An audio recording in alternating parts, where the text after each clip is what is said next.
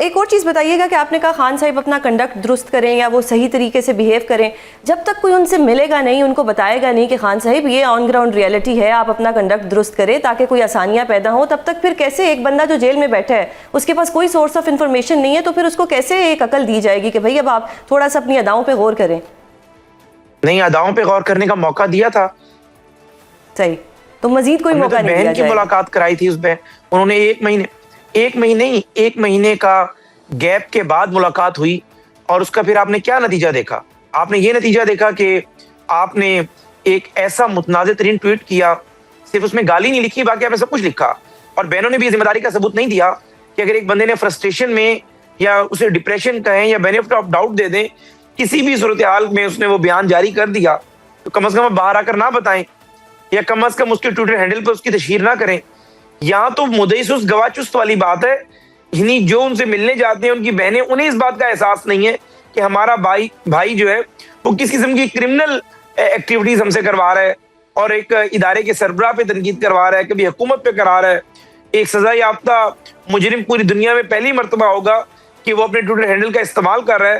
کیا مجھے آپ یہ بتائیں کہ ٹویٹر جو ہے وہ امریکن کمپنی ہے، کیا جو ہے جو اس کے مالک ہیں ایلن مسک کو الاؤ کریں گے، یعنی ایکس کے جو مالک ہیں وہ اس کو جو ہے جو انہوں نے مادرو پکڑا ہے اس کو اس کا ٹویٹر ہینڈل یوز کرنے دیں گے؟ تو حذیفہ صاحب اگر حکومت درخواست دے تو ان کا ہینڈلر جو ہے بلاک کروایا جا سکتا ہے؟ ہم نے درخواست بالکل دی ہوئی ہے، اور ٹویٹر کا پہلے آفس جو ہے 2023 میں کلوز ہو گیا تھا.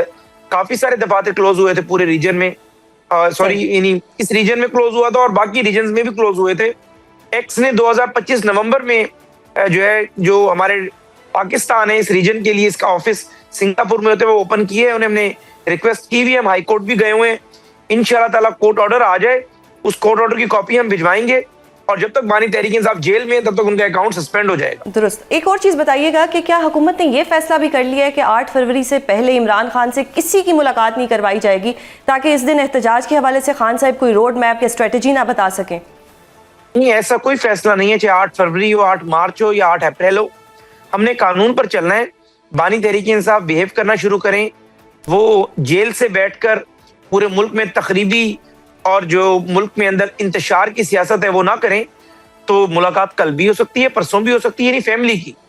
اگر وہ جیل سے بیٹھ کر فیملی کی ملاقاتیں جسے وہ فنڈامنٹل رائٹ کہتے ہیں اس کا مس یوز کریں گے اور 26 کروڑ جو لوگ ہیں ان کے فنڈامنٹل رائٹ کو سبوتاژ کریں گے، پھر ظاہر ہے ان کی ملاقات نہ 8 جنوری تک ہوگی، نہ 8 فروری تک، نہ 8 مارچ تک تو ہوگی. حذیفہ صاحب اس کے لیے بھی تو کسی کو بھیجا جائے گا نا ان کے پاس کہ دیکھیں یہ ٹرمز اینڈ کنڈیشن ہے گورنمنٹ کی، اگر یہ اپنی اداؤں کو صحیح نہیں کریں گے تو آپ کے ساتھ یہی سلوک ہوگا. مطلب کوئی ان کو کنوے تو کرے. نہیں، انہیں کنوے کون بندہ کرے گا؟ کوئی بندہ انہیں نہ کنوے کر سکتا ہے، نہ وہ کسی کی سنتے ہیں. اپنی بہنوں سے انہوں نے جو ملاقات کی ایک بہن سے، اگر وہ اس دن بیہیو کرتے تو شاید آج فیملی کی ملاقاتیں ہو رہی ہوتی. ہم دیکھیں گے جب ہمیں جیل سپرنٹینڈنٹ بتائیں گے کہ بانی تحریک انصاف آپ بیہیو کر رہے ہیں اور انہیں اپنی غلطیوں کا احساس ہو گیا ہے، تو فیملی کی ملاقاتیں جاری کر دی جائیں گی، بحال ہو جائیں گی. صحیح. اب تو ایک بات تو یہ ہے نا کہ اچکزئی صاحب اگر جا کے ان سے ملتے ہیں اور وہ ان کو بتاتے ہیں کہ خان صاحب یہ آن گراؤنڈ ریئلٹی ہے، اس کے علاوہ اچکزئی صاحب یہ بھی کہتے ہیں کہ میں جو نیا مساق جمہوریت ہے اس پہ خان صاحب سے سگنیچر کروا لوں گا، تو ہو سکتا ہے کہ اچکزئی صاحب ان کو کنونس کر سکیں کہ خان صاحب اب کچھ سین مائنڈ کی بات سنیں، اب خواتین کی، اپنی بہنوں کی، اپنی اہلیہ کی باتوں سے نکل کے اب آپ ہماری باتیں بھی سن لیں تو آپ کے لیے کوئی آسانیاں پیدا ہو سکتی ہیں. یہ بھی تو ہو سکتا ہے، ممکن تو ہے. دیکھیں، میں آپ کو عرض کروں، ایک تو ہماری بالکل خواہش ہے مذاکرات ہوں، ملک میں سیاسی استحکام آئے تاکہ معاشی استحکام بھی بحال ہو، لیکن یہ نہیں ہوگا کہ بانی تحریک انصاف کے بغیر ہم چل نہیں سکتے یا حکومت نہیں چل سکتی. 2.5 سال یہ ہو گئے، 2 سال یہ ہو گئے اور 18 یا 16 مہینے پی ڈی ایم کے ہو گئے. 3.5 سال سے چلا ہے نا ملک، آئندہ بھی چلے گا. کوئی بندہ ناگزیر نہیں ہوتا، ایون کہ میں بھی ناگزیر نہیں ہوں. ناگزیر ذات صرف اللہ تعالیٰ کی ہوتی ہے. تو اگر بانی تحریک انصاف مذاکرات کرنا چاہتے ہیں یا ان کی جماعت چاہتی ہے تو جن کے باہر لوگ ہیں وہ ہمارے ساتھ بیٹھیں، سی او ڈی پہ دستخط کریں، بانی تحریک انصاف اس کو انڈورس کریں، ان کی فیملی جو ہے وہ اس کو انڈورس کرے، اس کے بعد تو کوئی رستہ نکل سکتا ہے. لیکن اگر آپ شرط لگائیں گے کہ پہلے ملاقات کرنی دی جائے پھر ہم آ کر بتائیں گے، تو چاہے اچکزئی صاحب ہو یا کوئی بھی بندہ ہو، پھر یہ سیاسی ملاقات نہیں ہوگی. صحیح. اچھا، آپ نے مذاکرات کی بات کی، ڈاکٹر طارق فضل چودھری نے بھی کہا کہ اب مذاکرات جو ہوں گے وہ اسپیکر صاحب کے چیمبر کے ذریعے ہوں گے، تو اب اچکزئی صاحب کو ان کے نوٹیفیکیشن کے بعد کیا پراپرلی دعوت دی جائے گی کہ آئیں ہم سے مذاکرات کریں؟ میرے خیال سے اچکزئی صاحب سے زیادہ دعوت تحریک انصاف کے اراکین پارلیمنٹ بیرسٹر گوہر صاحب کو دی جائے گی. اچکزئی صاحب اس میں ایک جو ہے وہ سٹیک ہولڈر ہیں, ایک فیکٹر ہیں. صرف اچکزئی صاحب کے ہاتھ میں کچھ نہیں ہے, مجھے پتا ہے ذاتی طور پر. آپ آنے والے دنوں میں دیکھ بھی لیں گی, وہ دن دور نہیں ہے جب بانی تحریک انصاف اچکزئی پہ بھی عدم اعتماد کر دیں گے. بات بانی تحریک انصاف کی ہے یہی, کیونکہ ان کی ذمہ داری لینے کو تیار نہیں ہے. اور اگر کوئی بندہ ان کی ذمہ داری یہ آپ لیتا ہے تو خبر دے رہے ہیں یا آپ اندازہ لگا رہے ہیں؟ نہیں, میں بانی تحریک, جب آپ کوئی بھی اندازہ لگاتے ہیں, انالیسس کرتے ہیں کسی بندے کی پوری سیاسی زندگی کو ذہن میں رکھ کر اس پہ جو ہے آپ تجزیہ پیش کرتے ہیں. میں جس بانی تحریک انصاف کو جانتا ہوں, آپ یہ لکھ لیجئے گا کہ وہ وقت دور نہیں ہے صرف محمود خان اچکزئی کی حلف اٹھا لیں, اپوزیشن لیڈر کا اپنا دفتر سنبھال لیں, آپ دیکھیے گا کہ اسی دن سے ان کی کاؤنٹ ڈاؤن شروع ہو جائے گی. اور اچکزئی پہ بھی عدم اعتماد کر رہے ہوں گے, اور اچکزئی بھی جو ہے وہ کہہ رہا ہوگا کہ جی میں مذاکرات کی کوشش کر رہا ہوں اور مجھے روک رہے ہیں بانی تحریک انصاف. یہ آپ دیکھ لیجئے گا, مارک مائی ورڈز. صحیح. اچھا ایک اور چیز بتائیے گا, آج ایک نئی ڈیولپمنٹ ہوئی, بلاول بھٹو زرداری نے ایک بڑی اہم بات کی. انہوں نے کہا کچھ قوتیں سندھ حکومت کے کچھ نہ کرنے کا بہانہ بنا کر صوبوں سے اختیارات واپس لینا چاہتی ہیں. آپ کچھ بتا سکتے ہیں کہ انہوں نے کن قوتوں کی طرف اشارہ کیا ہے؟ مجھے نہیں پتا کن قوتوں کی بات کی ہے, کیونکہ اگر ہماری بات وہ کر رہے ہوتے تو وہ تو ہم پہ تو ڈائریکٹ تنقید کر دیتے ہیں, فیڈرل گورنمنٹ کا نام بھی لے دیتے ہیں. جن قوتوں کی انہوں نے بات کی ہے یہ تو شجیل رام احمد بتا سکتے ہیں کہ کون سی قوتیں ان سے سندھ چھیننا چاہتی ہیں یا کن قوتوں کی طرف ان کا اشارہ ہے. میرے خیال سے کوئی ایسی قوت نہیں ہے, نہ کسی قوت کی یہ خواہش ہے. یہ ضرور ہے کہ فیڈرل گورنمنٹ جو ہے فیڈریشن کو مضبوط کیا جائے, انتظامی بنیادوں پر نئے صوبے بنائے جائیں تاکہ وہ اپنی ریونیو کلیکشن کر سکے, ملک میں مزید بہتری آ سکے. باقی یہ نہیں ہے کہ کسی قوت کی خواہش ہے کہ وہ پنجاب میں نون لیگ کو کمزور کر دے اور سندھ میں پیپلز پارٹی کو کمزور کر دے یا پی ٹی آئی کو لیکن حذیفہ صاحب جب نئے صوبے بنیں گے تو صوبوں کے اختیارات اور شیئر تو کم ہوں گے نا؟ نہیں تو دیکھیں, فرد واحد کی بات نہیں ہے نا, یہ پورے ملک کی بات ہے.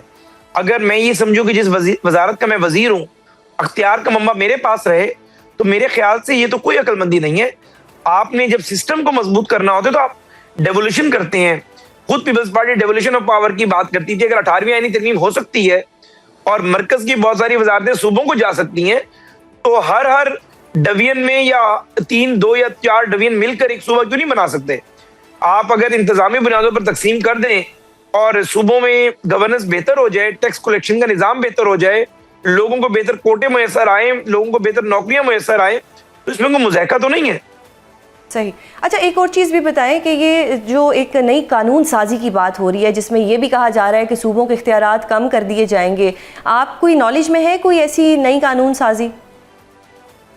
بالکل آئینی ترمیم 28ویں آئینی ترمیم کو آنا چاہیے اور مناسب وقت پر آئے گی بھی, لیکن کسی صوبے کا کوئی اختیار کم نہیں کیا جائے گا.